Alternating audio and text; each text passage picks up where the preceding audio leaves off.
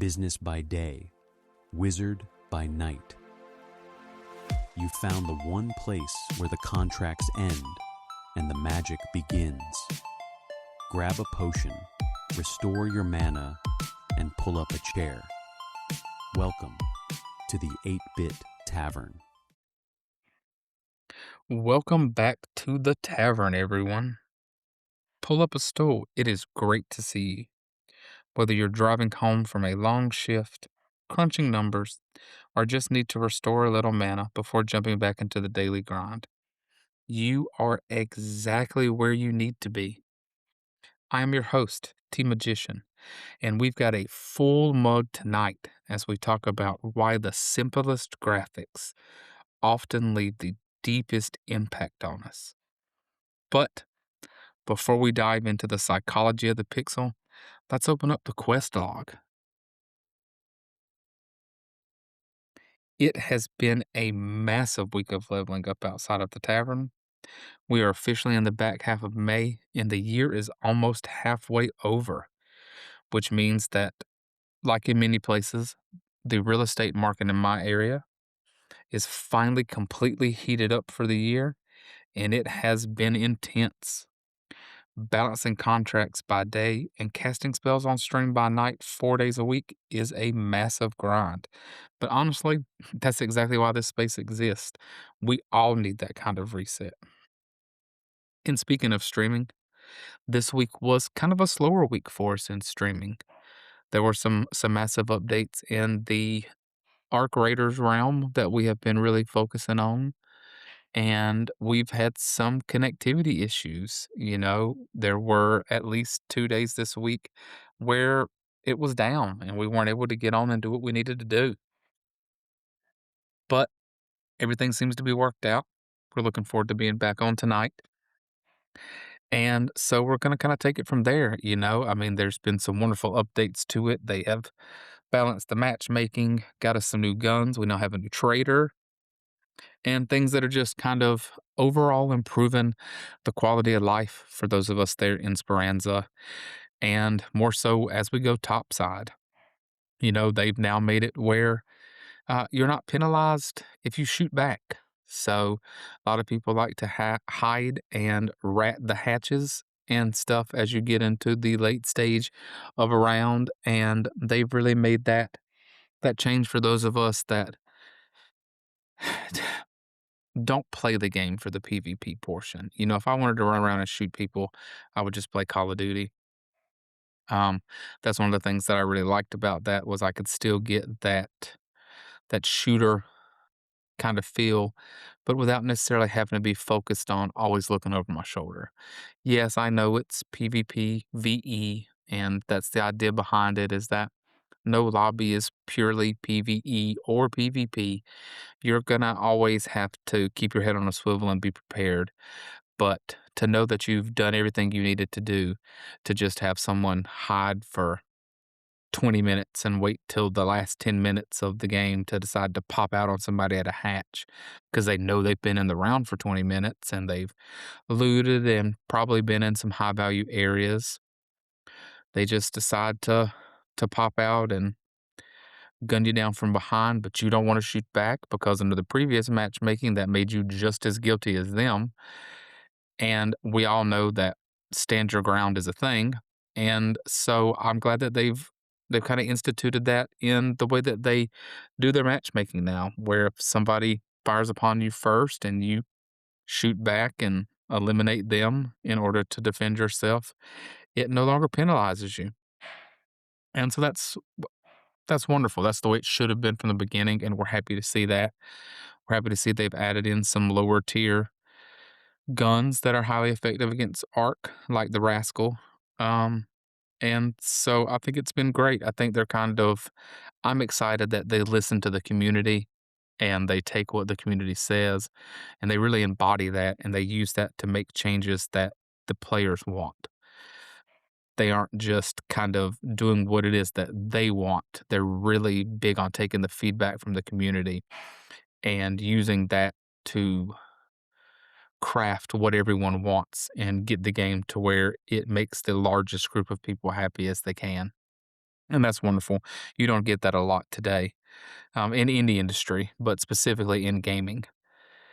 And so speaking of streams, on our Monday and Wednesday streams this week, things got pretty rowdy. They're pretty cool. I haven't kind of got them loaded up into Twitch yet, and I may just go ahead and skip it because I am kind of behind on doing that kind of stuff. But I want to give a huge shout out to everyone who hung out late in the chat with us. I see you guys pulling those late night shifts in order to hang out with us. Your energy is unmatched, and I really do appreciate it. If you aren't part of the live crew yet, we do try to go live Monday, Wednesday, Friday, and Saturday at 8:30 Central. And if you do come over, come drop a wizard emoji in the chat. I believe there are some free ones you get as soon as you follow. Feel free to drop one of those emojis in the chat and just let us know that you came over from the podcast. And so now we're going to kind of make the transition into the main part of our subject for the night, our main topic. So I've got my drink here mixed up for us, and the man is hot. And so let's get into the main topic. So the main topic for tonight is we're going to title this segment The Pixel Illusion. Have you ever noticed how a 30-year-old game made of literal colored blocks can sometimes give you more feel than a modern multi-million dollar AAA title? Well, it's true. It does happen. It happens to everyone. And so today I want to talk about the pixel illusion. Let's look at a game that just dropped this past week. Forza Horizon 6 just hit Xbox Game Pass. And so if you got Xbox Game Pass, please go check that out if you're into racing games and simulation games.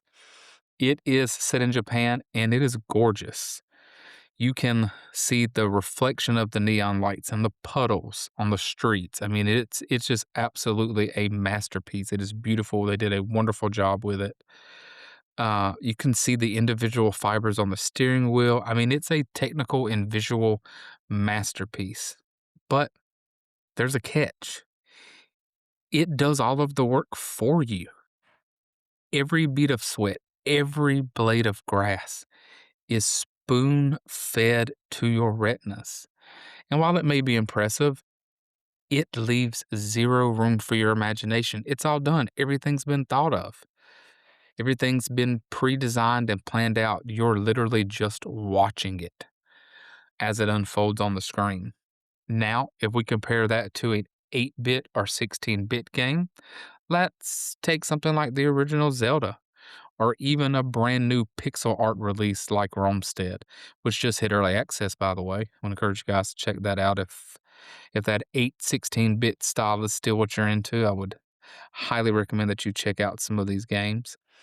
The console, though, in those situations is only doing half of the work. Your brain has to do the rest. Your mind has to fill in the blanks on what the character's face really looks like or how cold the dungeon actually is because you don't see the icicles dropping off and the steam from the breath as you walk through and your player breathes and you get your cutscenes and they're even more realistic than what the gameplay visuals are and you can truly get a feel for just how frigid it may be or you can see the beads of sweat dripping off of a character's brow and you really get that feel for just how blinding the sun is because of the lighting effects that are used and things like that. In those older games, your mind has to fill all of that in.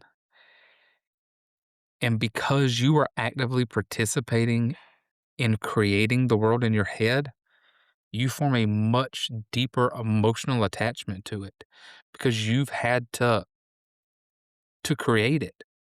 And it isn't just a gaming theory. You know, I'm also going to school for business administration, finally deciding that it's time to get a piece of paper with my name on it. And part of those studies and part of my minor, which is marketing, part of what we focus on in that a lot of times is about messaging and a negative space. You know, if you over explain a product or a service to people, they tend to tune it out. However, on the flip side to that, if you just give them a clean, simple, memorable concept, like for instance, an 8-bit wizard who may happen to run a digital tavern, you give them room to connect with it. You give them room to connect with that vibe and to kind of fill in the missing pieces. And, simplicity is not a limitation, it's a strategy. It's why retro gaming isn't just a nostalgic trend. It's why, even as graphics continue to get better, titles such as Minecraft or Terraria or, Zelda, the original Mario games, it's why all of those games have such a connection with us because we have built that bond with them because we've had to help create those worlds in our mind and fill in the missing details to make them whole and complete. And so, in many ways, we are a part of that world because our brain has had to help construct that world and to complete it for us. And so, we've been able to fill it in how we pleased. You know, I think if you were to go back in time and ask people to have drawn a picture of what the face of Mario would have looked like, and you did a sample of 50 people, I don't think that many people would have drawn the same face because it was so pixelated and there was so little detail that they would have constructed him to look like what they thought he looked like. And in many cases, he would have resembled them. And so, like I said, retro gaming isn't just a nostalgic trend, it's a masterclass in human psychology, providing the user with just enough that it makes them fill in the rest of the blanks and build their own personal connection, which keeps them coming back time and time again and year after year.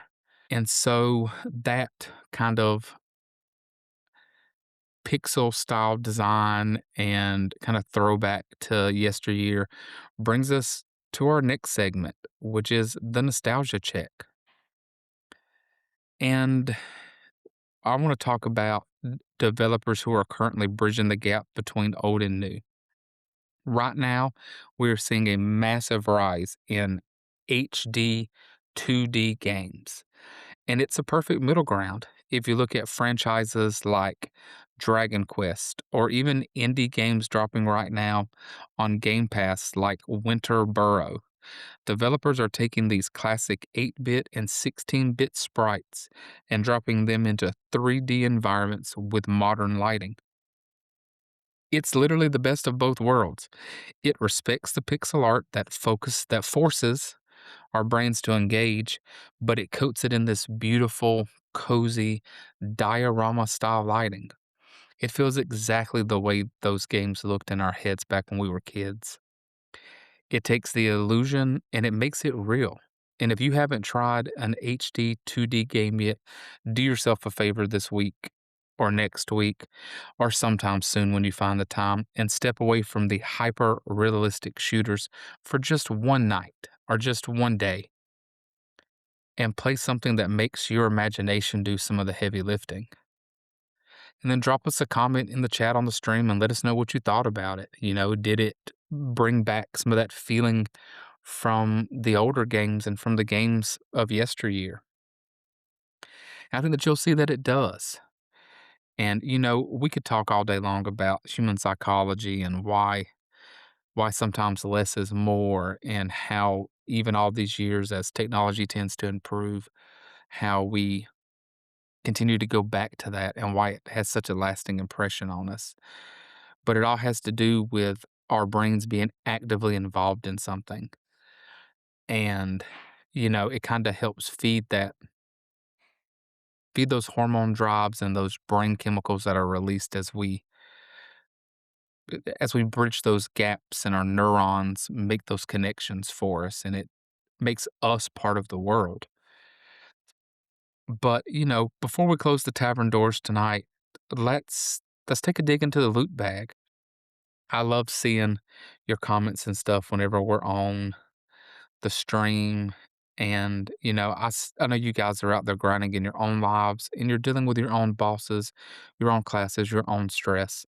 And then to see you guys really bring that positive energy into my streams or just in other online interactions. It really keeps the mana flowing for all of us.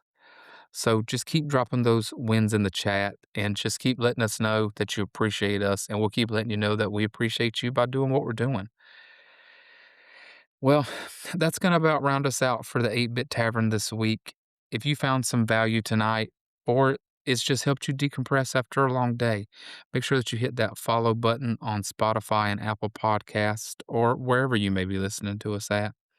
And don't forget to come hang out live with the party members this Friday and Saturday, or next week on Monday and Wednesday. Those tend to be our 4 days that we're on: Monday, Wednesday, Friday, Saturday, at 8:30 p.m. on Twitch.